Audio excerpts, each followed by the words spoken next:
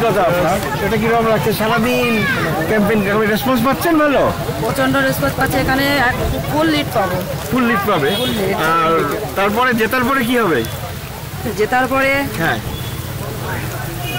পার্লামেন্টে, দিল্লিতে। অবশ্যই পার্লামেন্টে যাওয়ার পরে এখানে আমার সন্দেশখালীতে যে আন্দোলন বেরিয়েছিল, প্রথমত আমার মা বোনের সম্মানটা আমি দেখবো।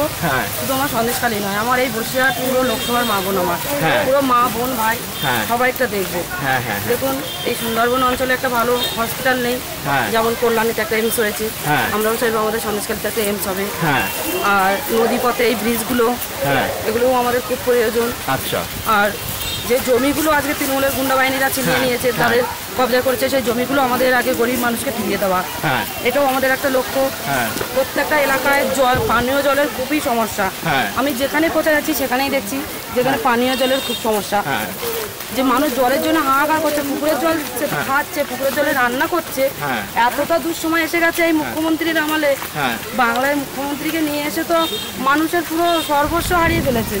তো আমি পার্লামেন্টে গেলে আমি এইগুলো সমাধান করতে চাই, আমি এইগুলো তুলে ধরতে চাই পার্লামেন্টে। আমরা আপনার বাড়িতেও গেছিলাম, বাড়িতে আপনার 3 মেয়ে আছে, ওরা দেখলাম ওরা